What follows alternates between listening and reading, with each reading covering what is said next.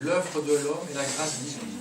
Pour le mettre un peu en consonance avec le titre général de nos travaux, on peut dire également que c'est le travail de l'homme sur lui-même et le travail de Dieu sur l'homme. Alors quand on m'a proposé le sujet, la première chose que je me suis dit, le travail sur soi, oui, c'est un sujet très intéressant. C'est une expression qu'on entend souvent de nos jours. Et en même temps, elle est assez absente de la tradition chrétienne, cette manière de présenter les choses. Donc, on a parlé également de purification personnelle. Travail sur soi, purification personnelle. On peut dire que c'est la première étape dans le chemin spirituel, dans notre progression vers Dieu. Et cette purification est le fruit de ce que la tradition chrétienne désigne plutôt sous les termes de lutte spirituelle, de combat spirituel, on déplaise à Nathalie.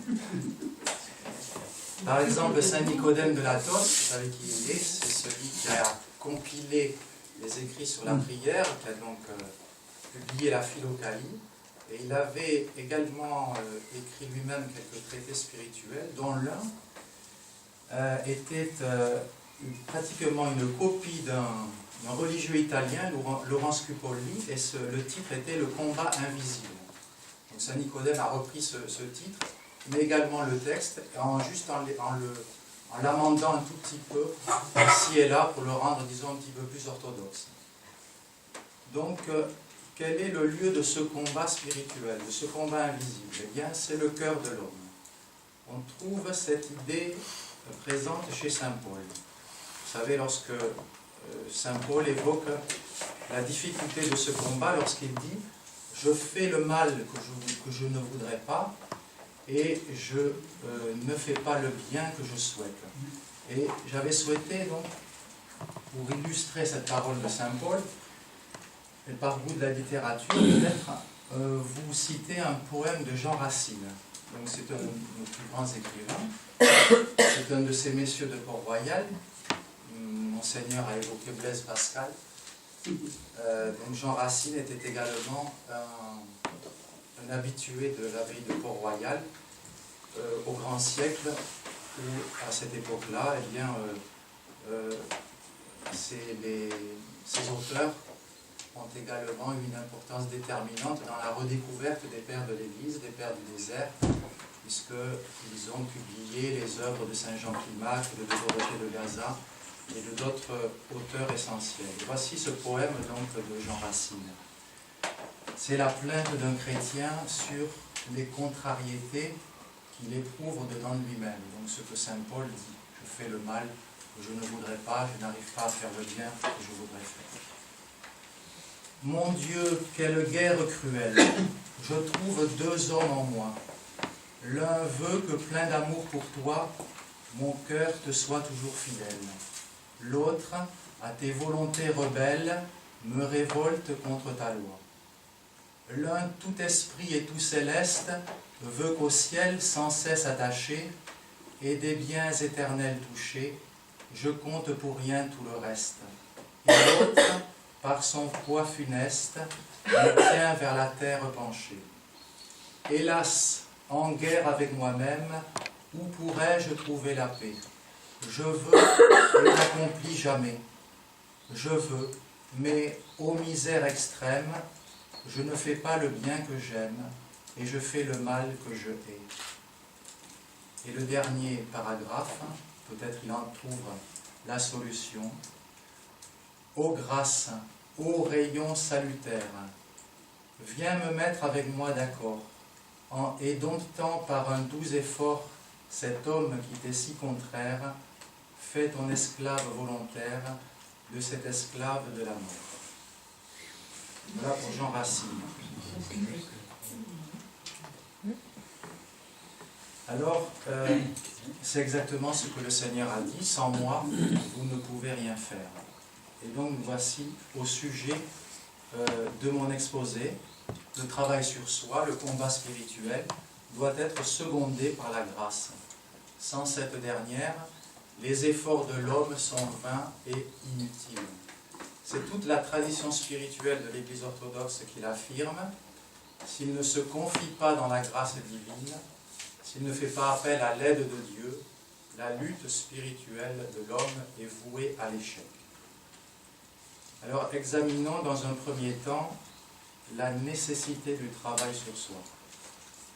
Vous savez que dans l'Église orthodoxe, il n'y a pas comme dans l'Église romaine diverses formes de spiritualité. Il n'y a pas une spiritualité pour les religieux et une autre pour les laïcs, une pour les femmes, une pour les hommes.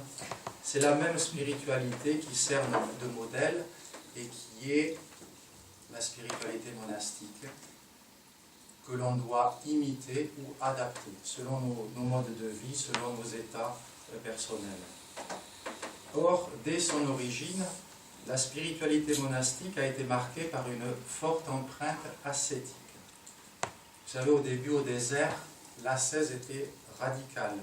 Elle a pris même des allures un peu folles. C'était vraiment des jeûnes extrêmes, comme Hubert a évoqué le brouet d'herbe qui servait de nourriture à Saint-Basile. C'était l'époque des reclus, des stylites qui vivaient en haut des colonnes, des dendrites qui vivaient dans les arbres. Vous voyez donc cette première ascèse consiste en un retrait radical du monde. Saint Arsène, cherchant la voie du salut, entend le Christ lui dire « Fuis et tais-toi ». Et cependant, me direz-vous, qu'en est-il pour nous qui vivons dans le monde? Eh bien, Saint Jean nous dit, il nous faut vivre dans le monde sans être du monde. Et c'est une position crucifiante, c'est la position du chrétien. Saint Paul, quant à lui, compare la vie du chrétien à celle d'un athlète. Et puis, il la compare également à celle d'un soldat qui doit revêtir sa panoplie avant de rentrer dans le stade. Vous savez, il revêt le bouclier de la foi, l'armure de la prière, enfin je ne sais plus exactement comment on dit cela. Le travail sur soi, c'est donc un entraînement, une préparation au combat. Et contre quoi sommes-nous appelés à combattre? Eh bien, je dirais avant tout contre la dispersion de notre être, engendré par les pensées qui nous agitent et nous égarent. Et Saint Paul parle implicitement dans sa parabole du soldat de la lutte que nous devons engager contre les esprits mauvais, dans Éphésiens chapitre 6. Cependant, il serait téméraire et illusoire de penser que nous pouvons, par nous-mêmes, avec nos propres forces, nous opposer aux esprits d'erreur et de dispersion.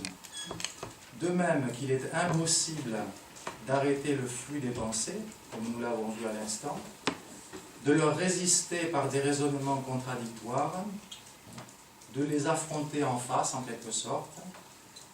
Que fait le chrétien? Il se réfugie dans le nom du Christ, comme le psalmiste dans le nom du Seigneur. Vous savez, dans les psaumes, on dit ceci par exemple: « Toutes les nations m'avaient encerclé, au nom du Seigneur, je les ai repoussés. » Et ailleurs, ceci: « Le Seigneur est mon soutien, je ne crains pas les myriades de peuples qui m'assiègent de toutes parts. » Eh bien, que sont ces pensées, que sont ces nations qui m'encerclent, que sont ces myriades de peuples qui m'assiègent, sinon nos pensées?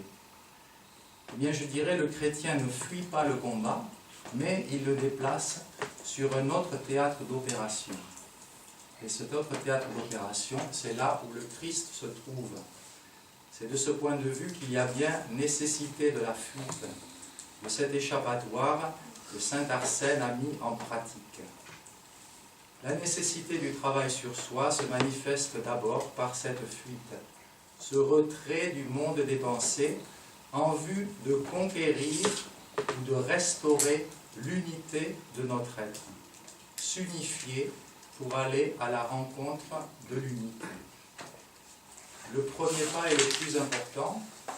Alors on peut s'interroger sur le fait de savoir s'il faut vivre de telle ou telle manière, de s'attacher à tel telles conditions extérieures, mais l'essentiel, je dirais, c'est de s'en tenir à l'unique nécessaire, se réfugier dans le Christ, nous attacher indéfectiblement à lui, lui qui nous révèle notre chemin au fur et à mesure que nous avançons.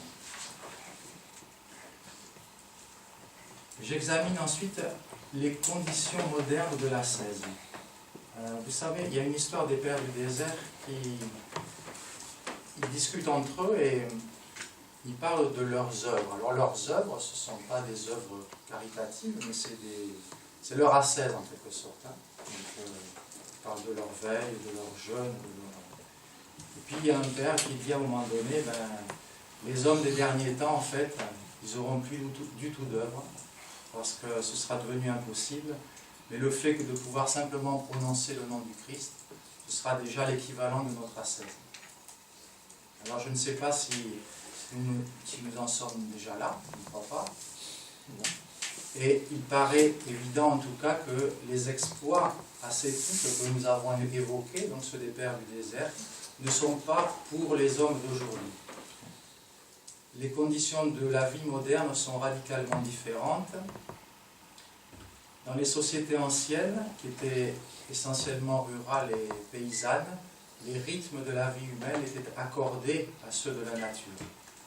Les hommes avaient une plus grande résistance aux souffrances et aux privations physiques. La vie, je dirais, était naturellement ascétique. Et finalement, il y avait peu de différence entre la vie des moines et la vie des hommes. Alors je parle surtout des hommes modernes, parce qu'on pourrait trouver dans le tiers-monde, effectivement, des hommes qui vivent dans des conditions très précaires aussi.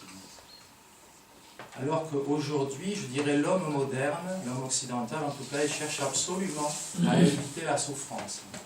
D'où peut-être cette fascination pour l'euthanasie, par exemple. Je ne sais pas, c'est une idée comme ça. Le jeûne ne paraît acceptable que pour des raisons thérapeutiques. Les rythmes de vie sont inversés. Par exemple, on travaille plus l'hiver que l'été. On prend nos vacances l'été, parce que d'un point de vue biologique, n'est pas très juste. La fatigue nerveuse propre au travail posté sur les ordinateurs a remplacé la fatigue physique de nos ancêtres paysans. Fatigue physique qui avait plutôt l'avantage de pacifier le mental. C'est pour ça que de nos jours, beaucoup, on a évoqué ce matin également, hein, on recherche dans la course à pied par exemple, dans le vélo, voilà, ce peut nous donner peut-être le travail plus physique d'autrefois. J'ai des collègues comme ça, je leur ai demandé, ils se défoncent en vélo, et toujours, ils m'ont toujours dit ça. En réfléchissant, ils disent « Ah oui, mais c'est parce qu'on se vide la tête, parce que voilà, on trouve... voilà. » Alors, ces considérations montrent la nécessité de revoir les conditions de l'ascèse pour l'homme d'aujourd'hui. Ce dernier, soumis à la dictature du bruit, finit par avoir peur du silence. L'ascèse consisterait donc pour lui à redécouvrir le silence, non pas comme une simple absence de bruit, mais comme une opportunité pour découvrir une présence. Vous savez, le prophète Élie, devant sa grotte à l'Horeb, il y a une tempête, Dieu n'est pas dans la tempête. Ensuite, il y a un tremblement de terre, Dieu n'était pas dans le tremblement de terre. Et ensuite, le murmure léger du vent. Et à ce moment-là, c'est Dieu qui passe. Le bruit, c'est une dépendance, une addiction, mais il y en a d'autres. L'alcool, la vitesse, les excitants de toutes sortes. S'abstraire de tous ces conditionnements constitue le premier pas de l'ascèse et du travail sur soi. Certaines techniques universelles, communes à toutes les grandes traditions de l'humanité, pourront être utiles à ce travail de déconditionnement. L'attention portée au rythme de la respiration, au son naturel, aux gestes et aux postures corporelles, la marche dans la nature, par laquelle se tournent beaucoup de gens aujourd'hui, peuvent contribuer à enclencher une démarche salutaire dans le sens de l'intériorité. Redécouvrir le silence dans un monde saturé de bruit, redécouvrir la lenteur dans un monde qui s'emballe, redécouvrir le vide dans une société où la surconsommation et le trop-plein déséquilibrent la santé physique et mentale de l'homme, c'est en quelque sorte redécouvrir les vertus de la fuite au désert. Cependant, même à travers cette révolution du silence, il faut savoir discerner les écueils et les risques inhérents à ce vide créé à l'intérieur de l'homme.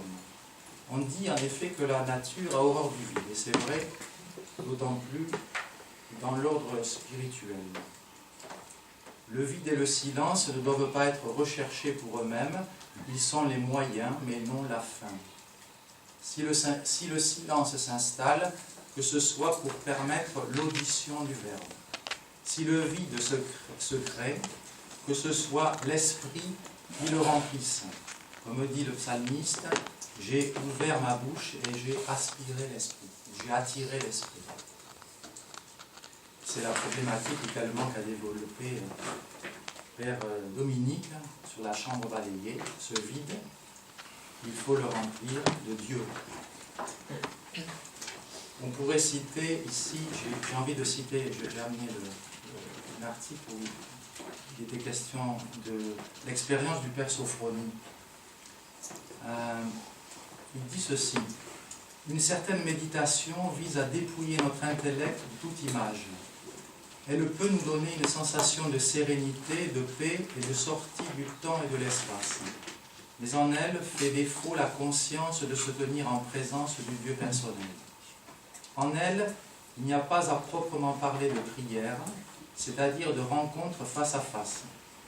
Cela peut aboutir à ce que celui qui pratique avec zèle la méditation se complaise dans les états psychiques auxquels elle donne accès, et que, ce qui est pire que tout, la notion même du Dieu vivant, de l'absolu